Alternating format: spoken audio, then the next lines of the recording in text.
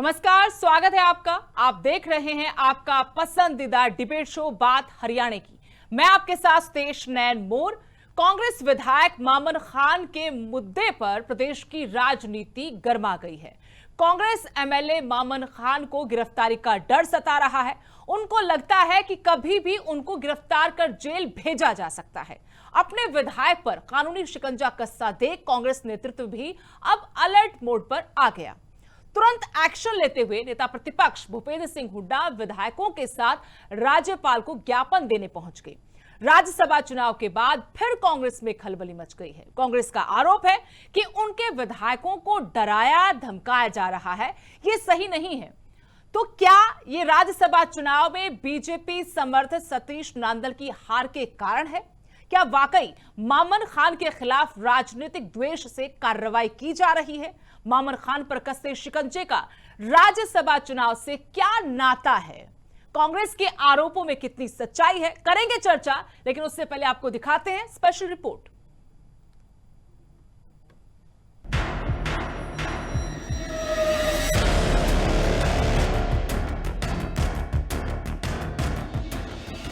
हरियाणा में राज्यसभा चुनाव के बाद एक बार फिर से सियासी पारा हाई हो गया है। फिरोजपुर झिरका से कांग्रेस के विधायक मामन खान के खिलाफ बढ़ती कानूनी कार्रवाई और संभावित गिरफ्तारी ने राजनीति को फिर से गरमा दिया है। इसी मुद्दे पर पूर्व सीएम और नेता प्रतिपक्ष भूपेंद्र सिंह हुड्डा समेत कई कांग्रेस नेताओं ने राज्यपाल से मुलाकात कर मेमोरेंडम सौंपा।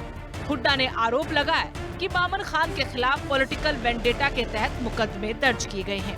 आपको तो हमारे विधायक है मामन सामने उनके खिलाफ पॉलिटिकली से मुकदमे दर्ज हुए, उसके बारे में तो सामने मेमोरेंडम दिया है। एक मुद्दा तो हमारे विधायक है मामन सामने उनके खिलाफ पॉलिटिकली से मुकदमे दर्ज हुए, उसके बारे में तो सामने मेमोरेंडम दिया है। आपको बता दें कि नू हिंसा में कांग्रेस विधायक मामन खान का नाम कई एफआईआर में सामने आया है, जिनमें यूएपीए समेत गंभीर धाराएं जोड़ी गई हैं। उन पर सांप्रदायिक हिंसा भड़काने और साजिश जैसे आरोप हैं, जिसके चलते उनकी गिरफ्तारी की आशंका लगातार चर्चाओं में। विपक्ष का कहना है कि ये कार्रवाई राज्यसभा चुनाव में क्रॉस वोटिंग न करने के बाद की गई। तो वहीं राज्यसभा चुनाव के बाद नारनौल से विधायक जस्सी पेटवार ने मामन खान और सिरसा से विधायक गोकुल सेतिया को लेकर बड़ा खुलासा करते हुए कहा भी था कि बीजेपी की तरफ से दोनों विधायकों को राज्यसभा चुनाव में वोट देने के लिए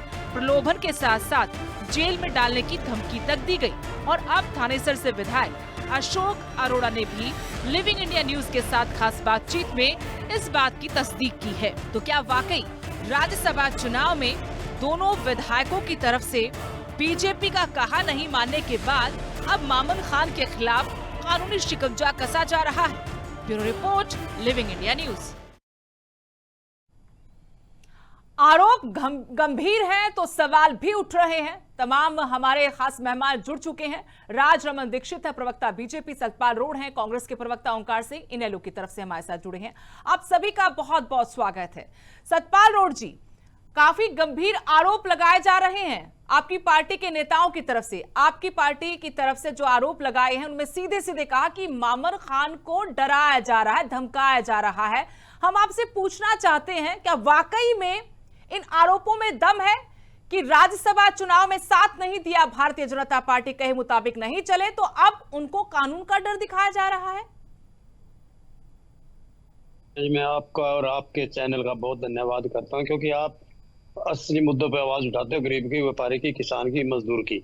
और साथ में जो मेरे पैनलिस्ट साथी हैं उनको भी राम राम, नमस्ते। हरियाणा की जनता को कांग्रेस पार्टी की तरफ से राम राम। देखिए, ये नया खेल नहीं है, इनका बहुत पुराना खेल है। ये राजनीतिक भावना से पर्चे दर्ज करवाते हैं जो विपक्ष पर। आपने देखा दिल्ली सिसोदिया पर, संजय सिंह पर, केजरीवाल पर झूठे मुकदमे दर्ज कराए।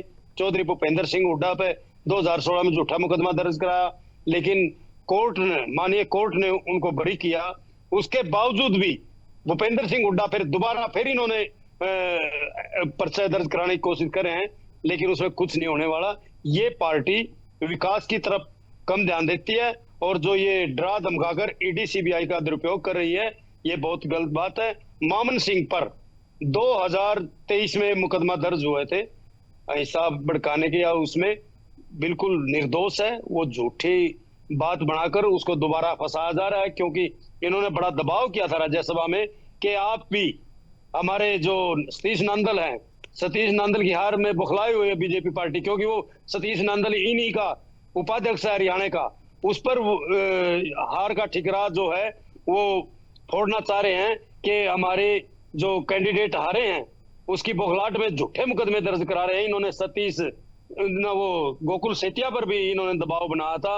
और आने वाले समय में आपको बात बता देते हैं, जो ये अच्छे अच्छे बड़े बड़े नेताओं को जो जो चुनाव आएगा, ये झूठे ईडी का और सीबीआई का दिखाकर और मुकदमे दर्ज करेंगे। लेकिन सतपाल रोड जी, चलिए आपकी बात एक बार सच मान भी ले तो फिर ऐसा क्या है, ऐसा क्या किया आपके नेताओं ने कि बार बार इनको ईडी सीबीआई का डर दिखाया जाता है, वो डर भी जाते हैं? केजरीवाल ने क्या किया था, सिसोदिया ने क्या किया था, अब राघव चड्ढा पे दबाव बना लिया। बताओ 16 तारीख को उसको उसके घर ईडी भेजते हैं, 24 को बीजेपी में वॉशिंग मशीन में डाल लेते हैं। क्या बात भाई, इनकी वॉशिंग मशीन घड़ी बढ़िया है कि वो तो राजरमन दीक्षित जी बताएंगे कैसी वॉशिंग मशीन है, क्या ऐसा डालते हैं कि सारे दाग धुल जाते हैं। लेकिन एक सवाल और मेरा, सत्ता रोड जी, एक सवाल और मेरा आपसे जी, गोकुल सेतिया का भी आपने जिक्र किया, मामन खान की बात तो हम कर ही रहे हैं, लेकिन उन दोनों ने कभी भी इस बात को नहीं स्वीकार किया कि उनको प्रलोभन दिया गया राज्यसभा चुनाव में वोटिंग के लिए, और ना ही उन्होंने कहा कि उनको डराया गया। बकायदा जब जस्सी पेटवार ने मीडिया के सामने आकर यह दावा किया, जो अभी आप कह भी रहे हैं, तो आपकी पार्टी के विधायक सिरसा से उन्होंने अपने सोशल मीडिया पर लिखा कि गलत बयानबाजी ना करें मेरे पार्टी के विधायक, मेरे साथी। पढ़ा था आपने? देखिए बिल्कुल आपकी बात ठीक है, लेकिन पार्टी के विधायक नहीं, हमारे एक ही नाव में सवार है, एक ही नाव के कारण हम जीते हैं। वो हमें, हमारे विधायक डरने वाले नहीं है। ये कितना भी जोर लगा ले, न सेतिया डरेगा, ना हमारा मामन खान, वो तो मान ही नहीं रहे कि उनको डराया जा रहा है। मैं यही तो सवाल कर रही हूँ आपसे। बिल्कुल आप कैसे डराएंगे? आपके सामने तो है 2023 में मुकदमा दर्ज, अब धाराएं जोड़ रहे हैं। कोर्ट उसको चाहे फांसी दे दे, कोई दिक्कत नहीं, क्योंकि हमें कानून पर पूरा भरोसा है, मानिए कोर्ट पर भरोसा है। लेकिन जो ये राजनीति बदले की भावना देख रहे हैं, मैं आज एक वीडियो देख रहा था मैडम जी, कोई अजय पाल शर्मा यूपी का स्पेशल ऑब्जर्वर लगाया इन्होंने पश्चिम बंगाल में, जागीर सिंह को उसके घर जाके धमका रहा है, भाई या तो ठीक हो जाए या मुझे जानता मैं तुझे खून के आंसू रुला दूंगा। मतलब ऐसे ऐसे डरा रहे हैं कि इनसे डरने वाली नहीं है जनता, और आने वाले समय में जनता इनको सबक सिखाएगी। राजरमन दीक्षित जी को जोड़ लेते हैं, आपने सारे आरोप तो उन्हीं के लिए छोड़ दिए हैं। राजरमन दीक्षित जी, आपके जो सियासी विरोधी पार्टी से हैं सतपाल रोड जी, वो कह रहे कि भाई आप लोगों के पास ऐसी क्या वॉशिंग मशीन है कि आप हर दाग धुल जाता है वहां, और आप ईडी सीबीआई का डर दिखाते हो। अभी तो बड़े बड़े नेताओं को लपेटेंगे, इतना भी डर गए हैं वो। मामन खान वाले मामले में क्या है सच्चाई? नमस्कार मेरे प्रवक्ता साथियों को नमस्कार, और आपके सभी दर्शकों को नमस्कार करता हूँ, प्रणाम करता हूँ। देखिए सुदेश जी, क्या है कि अभी जितनी बातें सतपाल रोड जी ने कही हैं वो सारी कंट्राडिक्ट है, और आपने स्वयं उन बातों का जवाब दे दिया है। इनके जिस विधायकों की ये बात करते हैं कि हम डराते हैं, धमकाते हैं, वो तो खुद कहते हैं कि हमें तो कभी प्रलोभन नहीं दिया गया, हमें कभी डराया नहीं गया। देखिए कानून से कोई बड़ा नहीं है, जो कानून का उल्लंघन करेगा चाहे कोई भी हो, कानून उसके ऊपर कार्रवाई करेगा। माननीय न्यायालय जो फैसला करेगी वो सर्वोच्च फैसला होगा।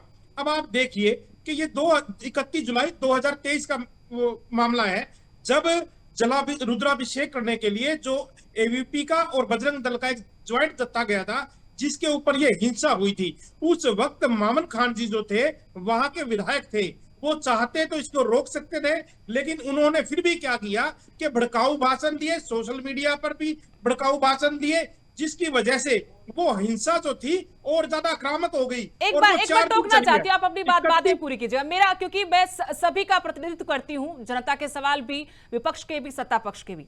आप कह रहे कि वो रोक सकते थे, स्थानीय विधायक थे। आपके गृह मंत्री को तो घंटों बाद पता लगा कि नू जल रहा है, अनिल विज जी को कैसे एक विधायक रोक लेता? देखिए जिसके पास पूरा सिस्टम था, और पहली बार नू जला था सर, पहली बार नू जला था। आप समझे इस बात को? हमारे प्रदेश में तो ऐसे कभी हालात बने नहीं। हाँ राजरमन जी, हमारे पास यानी सरकार के पास उस वक्त जांच एजेंसियों के पास पुख्ता सबूत थे, डिस्क्लोजर स्टेटमेंट में उनका नाम आया और डिजिटल एविडेंस उनके खिलाफ है, जब उनको बार बार सम्मन भेजा गया, सम्मन भेजने के बाद वो पेश हुए, उन्होंने जमानत करवाई, तो अब ऐसा क्या हो गया? और जिस इनके नहीं, वो कह रहे यूएपीए वाला अब एंगल जोड़ दिया है, वो धारा अब लगी है, यूएपीए अब जोड़ा गया। 2023 का मामला, आपने खुद डेट भी बता दी है ना, तो 31 जुलाई 2023 से अब जाकर कैसे जोड़ा, वो ये कह रहे हैं। देखिए सुदेश जी, क्या है कि जब जांच चलती है, जांच के अंदर अलग अलग पहलू निकल के आते हैं, और उन पहलुओं के अंदर ही जो जांच एजेंसी है वो धाराएं जोड़ती है और धाराएं हटा भी देती है। ये कोई पहला मामला नहीं है कि धाराएं जुड़ती भी है और हट भी जाती हैं। तो जब जांच एजेंसियों के सामने तथ्य बार बार जांच में पाए गए, तो उसकी वजह से उन्होंने वो ऐड कर लिए। अब इनके जो बड़े लीडर हैं, जो कांग्रेस के हैं, वो कहते हैं कि भूपेंद्र सिंह हुड्डा जी ने तो कांग्रेस का भट्टा बिठा दिया है। अब इनके जो कांग्रेस के जो बड़े लीडर हैं, जो कल राज्यपाल, महामहिम राज्यपाल जी से भी मिल के आए हैं, वो उनका खुद का ऐसा जो कंडक्ट है कि वो चोर को तो कहते हैं कि आप चोरी करो और शाह को कहते हैं कि आप जागते रहो। तो इस तरह से इनका चेहरा है। तो जब भूपेंद्र सिंह हुड्डा जी उनको लेके जाते हैं, इनको तो अभी से आशंका है, अभी तो जांच एजेंसियों ने इनको नोटिस भी नहीं भेजा, लेकिन इनको फिर भी भूपेंद्र सिंह हुड्डा जी यही तो कर रहे हैं कि आपने जो जैसे राज्यसभा में किया कि दोषी कोई और थे, वो क्रॉस वोटिंग किसी और की हुई, नाम किसी और का दिया, जब कोई दिक्कत आई, जब कोई धरने पे बैठ गया तो उनको कहते हैं मैं आपको क्लीन चिट देता हूं, आपका तो इसमें नाम ही नहीं है। तो इनके जो खुद के जो लीडर है, जो भूपेंद्र सिंह हुड्डा जी है, वही इसके पीछे सारा करता धरता है, वही गुमराह कर रहे हैं पूरी कांग्रेस को। इनके विधायक माननीय, जो गोकुल सेठिया जी की बात कर रहे थे, माननीय मुख्यमंत्री जी की तारीफ करते हैं, जरनैल सिंह जी इनके माननीय मुख्यमंत्री की तारीफ करते हैं। वो कहते हैं कि बाकी सारे विधायक, कांग्रेस के विधायक भी मुख्यमंत्री जी से मिलते हैं और अपने काम करवाते हैं। तो इस तरह का इनका जो आचरण है, उस आचरण पे आपको क्या लगता है कि कांग्रेस तो स्वयं जीरो है? कांग्रेस के लीडरों की आपस में बनती नहीं, विधायकों की आपकी बनती नहीं, कांग्रेस शून्य पे जा रही है। दोष दे रहे हैं सरकार को, जांच एजेंसियों को। जांच एजेंसियां या सरकार अपना काम निष्पक्षता से कर रही है और निष्पक्षता से करती रहेगी। चलिए ओंकार जी को शामिल कर लेते हैं। आप दोनों ने अपनी बात रखी, सवालों का जवाब भी बखूबी दिया। ओंकार जी, कांग्रेस का प्रतिनिधि मंडल कुछ देर पहले आज मिलने गया राज्यपाल से, उन्होंने 2 एजेंडे मुख्य तौर पर उठाए। आपको भी पता होगा कि एक तो उनके विधायक मामन खान है, उनको डर सता रहा कि प्रतिशोध की भावना से एक्शन लेते हुए जेल में डाल सकते हैं। दूसरा, उन्होंने कहा कि जो विधानसभा का सत्र था जी, वो संवैधानिक नहीं था। हम बात करें मामन खान पर, आपको क्या लगता है, क्या वाकई में इस डर के पीछे सच्चाई है और इस डर की जो वजह है, आज जो एक्शन हो रहा है, उसका कोई नाता है, रिश्ता है राज्यसभा चुनाव को लेकर? सर्वोपरि है, मेरा तो ये मानना है। कुछ समय के लिए सरकारें डरा धमका तो लेती हैं, लेकिन अंततः जीत सत्य की होती है।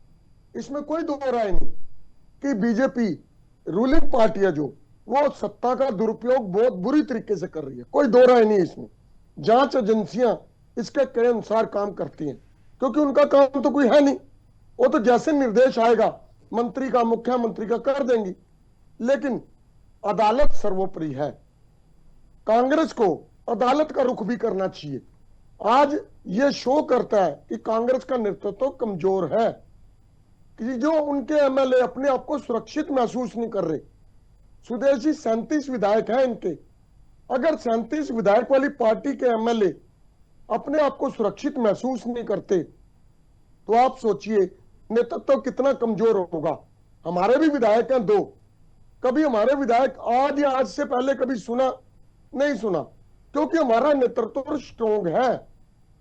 आज कांग्रेस जिस स्थिति से गुजर रही है, मैं कांग्रेस के साथी को सुन रहा था, वो कह रहा था कि बीजेपी गलत काम करती है तो सारे जानते हैं गलत काम कर रही है, वॉशिंग मशीन है। और वो साथ में ये भी कह रहे थे कि समय आएगा जनता सबक सिखाएगी। जनता ने तो 2024 में सबक सिखा दिया था। आपकी कमियां थी जो आपकी 37 रहेगी, बीजेपी की 48 होगी। अगर आप मुस्तैदी से काम करते, आप में फूट ना होती, संगठन होता, एक एक सीट पर 4-4 कांग्रेसी ना खड़े होते, तो सरकार आज कांग्रेस की होती। और जनता आज 5 साल के लिए जो प्रताड़ित हो रही है, बीजेपी के लट खा रही है, उसके पीछे मुख्य जिम्मेवार भूपेंद्र सिंह हुड्डा और कांग्रेस पार्टी है।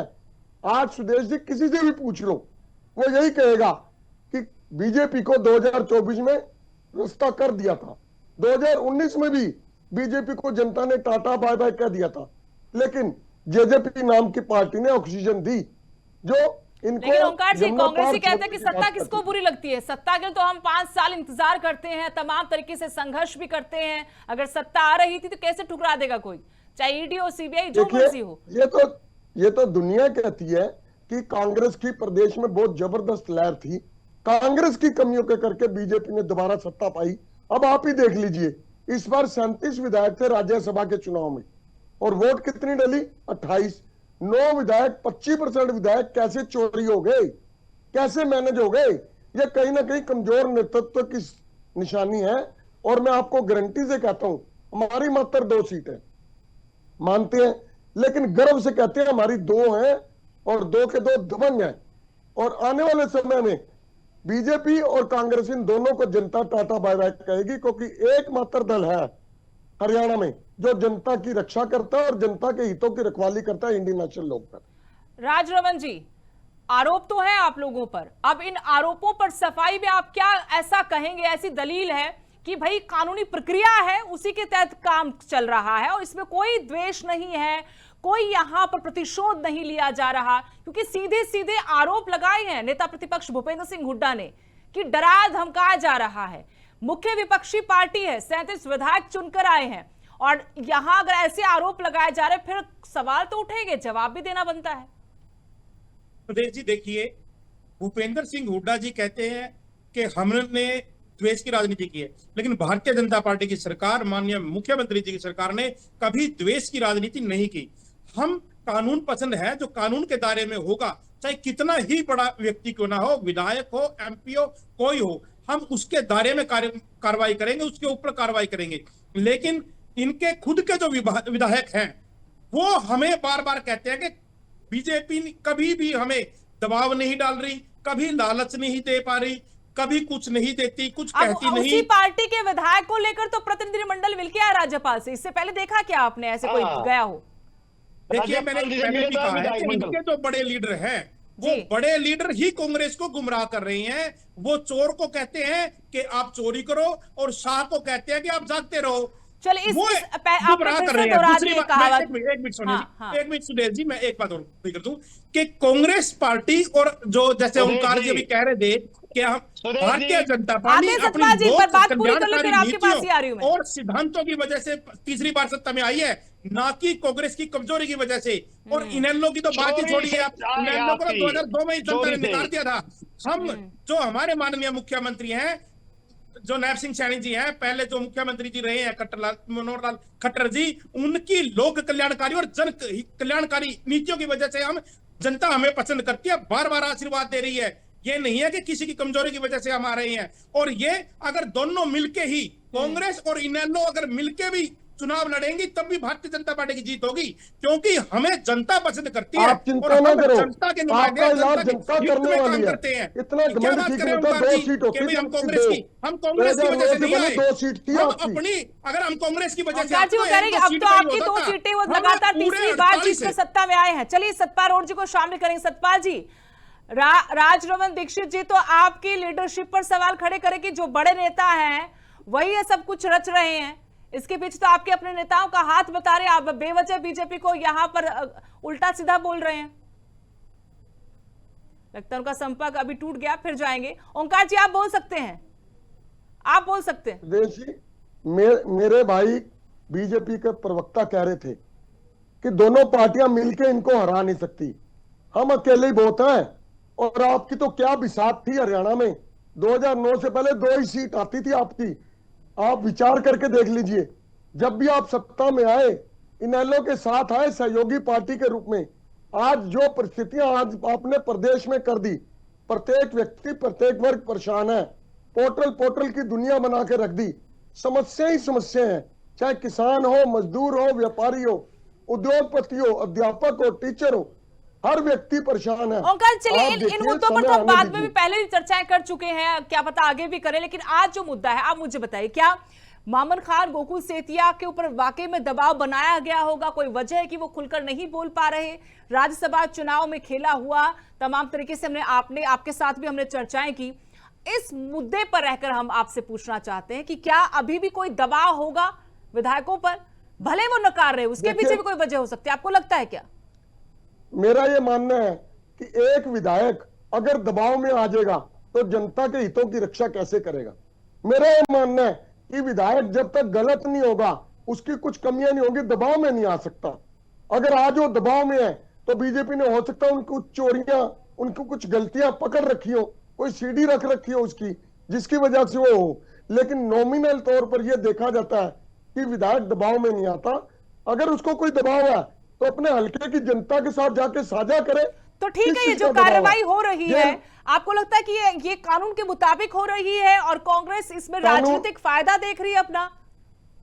कानून के मुताबिक होनी भी चाहिए और अगर नहीं हो रही तो होनी चाहिए। हाँ, अगर इनको लगता है कि इसमें कुछ गलत हो रहा है तो अदालतें किस लिए? अदालतें इसीलिए तो हैं। अदालत में जाके अपनी सच्चाई बयान करे। सिर्फ गवर्नर साहब से मिलने के ये कार्रवाई रुकने वाली नहीं है, जो मेरे को लगता है। यही सवाल राजरमन दीक्षित जी आपसे पूछ रही हूं, क्या कांग्रेस इस बात को बेवजह तूल दे रही है? राजनीतिक रोटियां सेकी जा रही हैं? सुदेश जी, भूपेंद्र सिंह हुड्डा जी सिर्फ वोट बैंक की राजनीति करते हैं। उनका मामन खान जी से, किसी की कांग्रेस से कोई मतलब नहीं है। उनको अपनी राजनीति चमकाने से मतलब है। अगर मान लो उनके पास कोई नोटिस आता है या किस तरह की कोई कार्रवाई होती है तो वो माननीय अदालत में जा सकते हैं, वहीं चैलेंज होगा, वहीं आगे जमानत होगी, सारी प्रक्रिया माननीय अदालत में होगी। दोषी कोई भी हो, वो दोषी जो है उसको बरी करना या सजा करना माननीय अदालत का काम है। लेकिन राज्यपाल जी के वहां जाके और पहले से भूपेंद्र सिंह हुड्डा जी को यह आभास हो गया कि भाई हो सकता है यूपीए लगे, यूएपीए लगे या वो उसमें गिरफ्तारी करे, तो उनको यह आभास कैसे हो गया? मामन खान जी के पास तो कोई अभी तो बात ये भी कि ये बड़े नेता भी खुलकर आज बोल गए, चाहे वो नेता प्रतिपक्ष भूपेंद्र सिंह हुड्डा हो या फिर थानेसर से कांग्रेस के विधायक अशोक अरोड़ा, की हाँ दबाव था, प्रलोभन भी था, डराया धमकाया भी गया। लेकिन जिनको डराया धमकाया कि आप आरोप लगा रहे, वो तो बोल ही नहीं रहे ना। कांग्रेस के अंदर विरोधाभास है। सुदेश जी, राजरमन जी की मेरे पास वक्त नहीं, माफ कीजिएगा, आपको बीच में इंटरप्ट कर रही हूं। ओंकार जी और सतपाल रोड जी, आप तीनों का बहुत बहुत धन्यवाद, आपने वक्त निकाला, इस चर्चा में शामिल हुए। अब देखना होगा कि जो आक्रोश है, यह आक्रोश कहां तक जाता है और क्या वाकई में प्रतिशोध के तहत अब मामन खान के खिलाफ कार्रवाई भारतीय जनता पार्टी की सरकार की तरफ से करवाई जा रही। नमस्कार।